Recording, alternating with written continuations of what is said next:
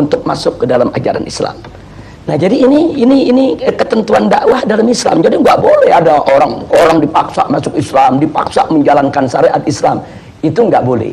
Nah, itu yang pertama. Jadi artinya la ikraha fid din, tidak ada paksaan dalam agama. Ini merupakan pilar toleransi dalam ajaran Islam. Yang kedua, itu tidak boleh ada caci maki terhadap agama lain. Bahkan Allah ingatkan, nanti kalau kau hina mereka, nanti mereka akan menghina Allah. Nah, jadi kalau nggak mau dicubit, jangan nyubit, kan begitu. Nah, jadi ini pilar toleransi dalam ajaran Islam. Nah, terus yang ketiga ada lagi pilar toleransi yang lain, yaitu dalam urusan ibadah, lakum dinukum waliyadin. Kata di dalam Al-Quran ini Allah menyatakan kepada umat Islam untuk menyampaikan kepada orang-orang yang di luar Islam, lakum dinukum waliyadin. Bagi kalian agama kalian, bagi saya agama saya. Jadi agamamu agamamu, agamaku agamaku. Betul. Artinya karena itu Pak Jaya, dalam toleransi bagi umat Islam ini memang sudah harga mati. Jadi ya, aduh, ini kesan semua yang kita peroleh bukan seperti itu. Ya, yang ini kan penyesatan opini yang dilakukan oleh sejumlah media. Saya tidak katakan semua media, tapi ada media-media yang punya kepentingan. Yang salah kita sendiri kok kita tersesat itulah. Ya, itu dia. Kok ya, karena ya apa yang kita dengar, ya agama yang paling tidak toleran itu adalah agama Islam. Itu yang sebenarnya hari ini kita dengar dari Habib, ya bahwa ternyata ada 3, sebetulnya ada 10 pilar toleransi. Toleransi ada 10. Paling tidak ada 3 ini yang utama yang sudah saya utarakan tadi. Dalam ajaran Islam ini kita menerima dengan sepenuh hati konsep pluralitas. Tapi kami menolak konsep pluralisme. Ada beda antara pluralitas dengan pluralisme. Nah, kalau pluralitas itu adalah kebinekaan, keragaman. Karena itu Islam diajarkan dengan pilar-pilar toleransi yang kita sebutkan tadi. Pilar-pilar toleransi itu dalam rangka untuk kita bisa hidup dengan benar, dengan baik, dengan lurus dalam masyarakat yang plural tadi. Nah, ini kita sebut pluralitas. Nah, sedangkan pluralisme ini kan suatu isme, suatu paham yang meyakini bahwa semua agama sama, semua agama benar, semua agama pasti akan masuk surga, semua agama ini ajarannya tidak berbeda. Ini sebetulnya yang kami tolak. Nah, jadi begini, kenapa kami tolak? Bagi kami, biarkan setiap umat beragama meyakini agamanya yang paling benar. Itu hak dia. Dia bebas mengatakan agama saya yang paling benar, agama lain tidak benar. Tapi dia tidak boleh menghina agama lain. Seperti saya seorang muslim. Saya katakan, saya sebagai seorang muslim, saya beriman bahwa agama Islam adalah agama yang paling benar, selain Islam tidak benar. Itu keyakinan saya, dan saya punya hak untuk itu. Tapi saya tidak punya hak untuk menghina, untuk mencaci maki, untuk mencerca agama di luar Islam. Nah, begitu juga Pak Jaya sebagai seorang Kristiani punya hak untuk mengatakan, saya sebagai seorang Kristiani, saya yakin Kristen yang paling benar, selain Kristen tidak benar. Itu hak Pak Jaya. Saya tidak boleh intervensi mengatakan Pak Jaya mesti ngakui Islam benar juga dong. Nggak boleh. Sebagaimana saya juga nggak boleh diintervensi Habib harus mengakui agama di luar Islam itu benar. Nggak bisa, ini soal keyakinan. Tapi Pak Jaya tidak boleh menghina Islam. Saya tidak boleh menghina Kristen. Kalau menghina aja tidak boleh, apalagi mengganggu, apalagi kekerasan, apalagi membunuh, apalagi nggak boleh. Tapi apabila FPI ini melakukan kekerasan, itu tidak dibenarkan.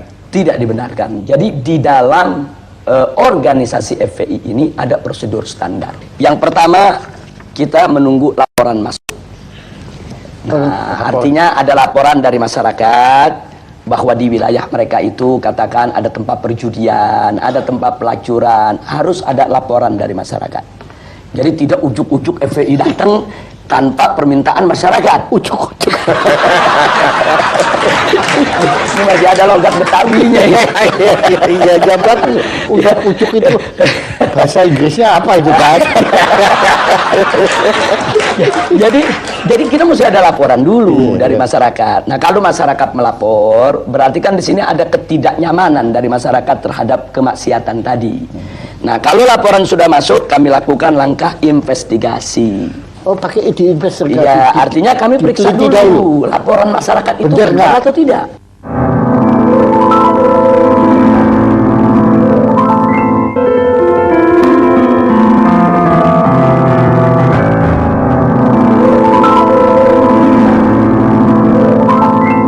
Kita himpun data, apa itu dengan film, apa dengan foto, kita himpun data. Jadi betul-betul terbukti kalau di sana memang sesuai dengan laporan masyarakat tadi. Iya, jadi makin tidak ujuk-ujuk gitu. Betul. Nah, kemudian setelah itu masih ada langkah ketiga. Setelah data terkumpul, kami lakukan pemetaan wilayah. Oh, Nah, maksudnya pemetaan wilayah begini. Kalau mayoritas masyarakat di wilayah tersebut setuju dengan tempat maksiat tadi, mungkin ada anaknya yang bekerja di sana, mungkin ada warganya yang jadi tukang parkir di sana. itu diperhitungkan. Kita itu namanya pemetaan wilayah.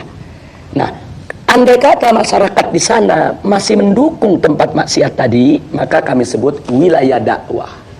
Kami harus kirim ustadz, kirim guru, kirim pendai, pendakwah untuk menyadarkan masyarakat kalau maksiat itu berbahaya bagi kehidupan mereka. Itu bisa setahun, bisa 2 tahun, bisa 3 tahun, bisa 5 tahun. Kesadaran masyarakat ini Dan kan, itu pernah terjadi. dan memang sering, bukan pernah, sering terjadi. Makanya ada sejumlah tempat maksiat sampai hari ini tidak disentuh oleh FPI. Nah, orang yang tidak paham, mereka pikir, oh ini nyetor sama FPI. Kan begitu. Iya, tapi saya mau tanya nggak sampai hati. Bebas saja untuk ditanya. Ujuk-ujuk tanya. Jadi maksudnya kalau tempat tersebut, kalau warganya masih mendukung, kemudian kita melakukan satu aksi fisik lah katakan, itu kan akan jadi konflik horizontal antara FPI dengan masyarakat, Pak Jaya. Dan itu dihindari. Dan itu tidak boleh. Kalau setelah kami investigasi, ternyata masyarakat mayoritas memang nggak suka dengan maksiat tadi. Cuma mereka tidak tahu jalan bagaimana cara menutupnya. Mereka sudah lapor ke RT, ke RW, ke lurah, tapi tidak membuahkan hasil. Nah, ini kami sebut wilayah hisbah. Artinya dukungan masyarakat kan kita sudah dapat. Nah, tinggal bagaimana menuntun masyarakat tadi untuk menutup tempat maksiat tadi. Bagaimana cara kami tuntun? Kami bawa mereka ke tingkat yang lebih tinggi. Kami bawa ke camat, kami bawa ke gubernur, kami bawa ke DPRD untuk dialog. Kami ajak mereka untuk mendemo secara damai, kirim surat, kumpulkan tanda tangan masyarakat yang minta itu ditutup. Nah, manakala aparat sudah turun, tutup karena tekanan masyarakat begitu kuat, tugas FPI selesai.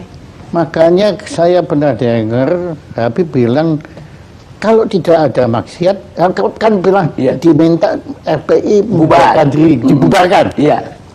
Habib bilang apa waktu Ya, itu? jadi kalau maksiat itu sudah tidak ada di Republik ini, pemerintah menegakkan hukum secara benar, FPI bubar sendiri. Saya kasih contoh. Sekarang yang namanya judi kan ada undang-undang yang melarang. Iya, iya. Yang namanya pelacuran kan ada undang-undang yang melarang. Iya. Yang namanya minuman keras kan juga ada aturannya semuanya. Kalau ini semua ditegakkan oleh pemerintah dengan baik, dengan benar, berarti kan pelacuran tidak ada. Berarti kan perjudian tidak ada. Nah, kalau ini dilakukan dengan benar, FPI kehilangan kerjaan, Pak Jaya. Itu kalau kami boleh tahu itu kasusnya apa yang Habib sampai masuk penjara itu? Yang di penjara itu pertama waktu tahun 2003. Oh, yang pertama? Ya, 2003 Ya. itu sebetulnya simpel saja. Saya diundang dialog macam ini di sebuah stasiun televisi. Oh iya? Kita berdebat dengan salah seorang perwira televisi. Nah, kemudian di dalam debat tersebut pihak kepolisian itu mengatakan di Jakarta ini tidak ada tempat judi. Tapi saya mengatakan ada tempat judi, Anda jangan bohong. Saya bawa daftar alamat-alamatnya. Ini loh alamatnya, saya bilang, tempat anu alamat sekian, tempat anu alamat sekian, tempat anu alamat sekian, dan seterusnya. Kesimpulannya, dalam forum itu polisi ini terdesak. Besoknya saya dilaporkan penghinaan terhadap pemerintah. Akhirnya saya masuk penjara 7 bulan. Nah, jadi itu yang jadi persoalan. Makanya kadang-kadang saya sekarang bercanda kalau diundang dialog oleh polisi, ini jangan kalah ngomong ditangkap lagi. Iya. Kalau kita dialog kemudian orang kalah ngomong kita dituntut kan repot, Pak Jaya. Iya, untungnya saya bukan polisi ya. Itu tahun 2003. Itu pertama. Ya, tapi kalau waktu tahun 2000. Tapi hikmahnya Anda menulis ini ya, Beb, ya. Betul. Nah, adapun pada tahun 2008 itu terkait dengan peristiwa insiden Monas. Nah, karena di insiden Monas itu kan ada kejadian Laskar Islam, itu kesatuan daripada berbagai macam ormas, terjadi bentrok. Ya, itu dengan komponen masyarakat yang ingin memperjuangkan untuk membela atau menolak Kepres pembubaran Ahmadiyah. Sebetulnya itu tidak perlu terjadi, cuman karena ada orasi-orasi dari kelompok mereka ini yang yang provokatif dengan mengatakan Laskar Islam ini dengan kata-kata yang nggak bagus lah, tidak layak untuk saya ungkapkan di sini. Akhirnya laskar-laskar terprovokasi nyerang mereka. Nah, tapi karena di antara mereka ada FPI yang kena FPI, kita, yang kena biangnya Pak Jaya. Dan ada yang ujuk-ujuk masuk penjara. Akhirnya masuk penjara. Pada saat kita ditangkap, polisi pun ditanya, ini Habib Rizik ditangkap pasalnya apa? Oh, nanti pasalnya lagi dicari dulu. Kalau itu pendapatnya ujuk-ujuk itu. Tapi nggak apa-apa, itu semua ada hikmahnya. Anda terima itu dengan... Oh ya, itu resiko perjuangan, kita terima tanpa dendam, dan saya ambil hikmahnya. Tanpa dendam. Tanpa dendam. Nah, alhamdulillah. Nah, terima kasih Habib.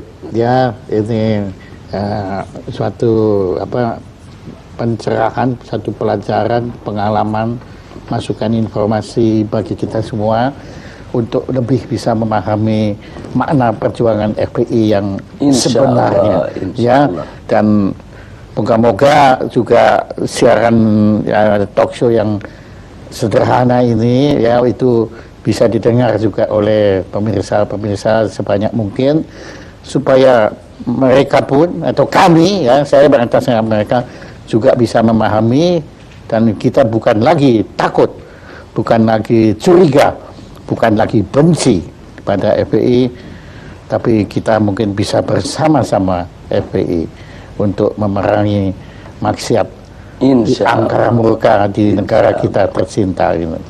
Terima kasih. Saya juga ucapkan terima kasih, baik atas nama pribadi maupun atas nama FPI kepada Pak Jaya maupun forum talk show-nya ini.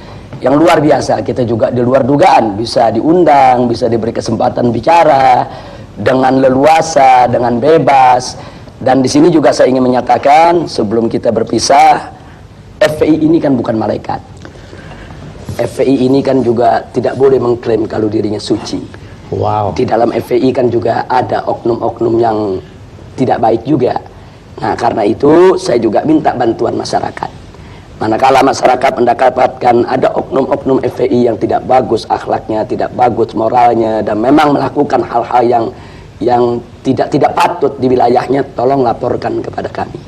Kami akan ambil tindakan tegas. Bahkan kalau ada cabang-cabang FPI yang coba-coba melakukan suatu kegiatan melanggar daripada prosedur yang saya sebutkan tadi, kita tidak segan-segan. Cabang itu kita bekukan dan kita bubarkan. Nah, jadi kita tidak mengklaim kalau FPI ini tidak punya salah, tidak. Saya pun sebagai pimpinannya mungkin terkadang juga bahkan sering juga melakukan kesalahan. Apa itu kesalahan dalam mengambil keputusan, kesalahan di dalam berucap, kesalahan dalam bertindak. Nah, karena itu mari kita saling menasehati, saling memperingati, saling memperbaiki satu sama lainnya. Sekali lagi terima kasih buat Pak Jaya dan semua. Terima kasih banyak. Alhamdulillah.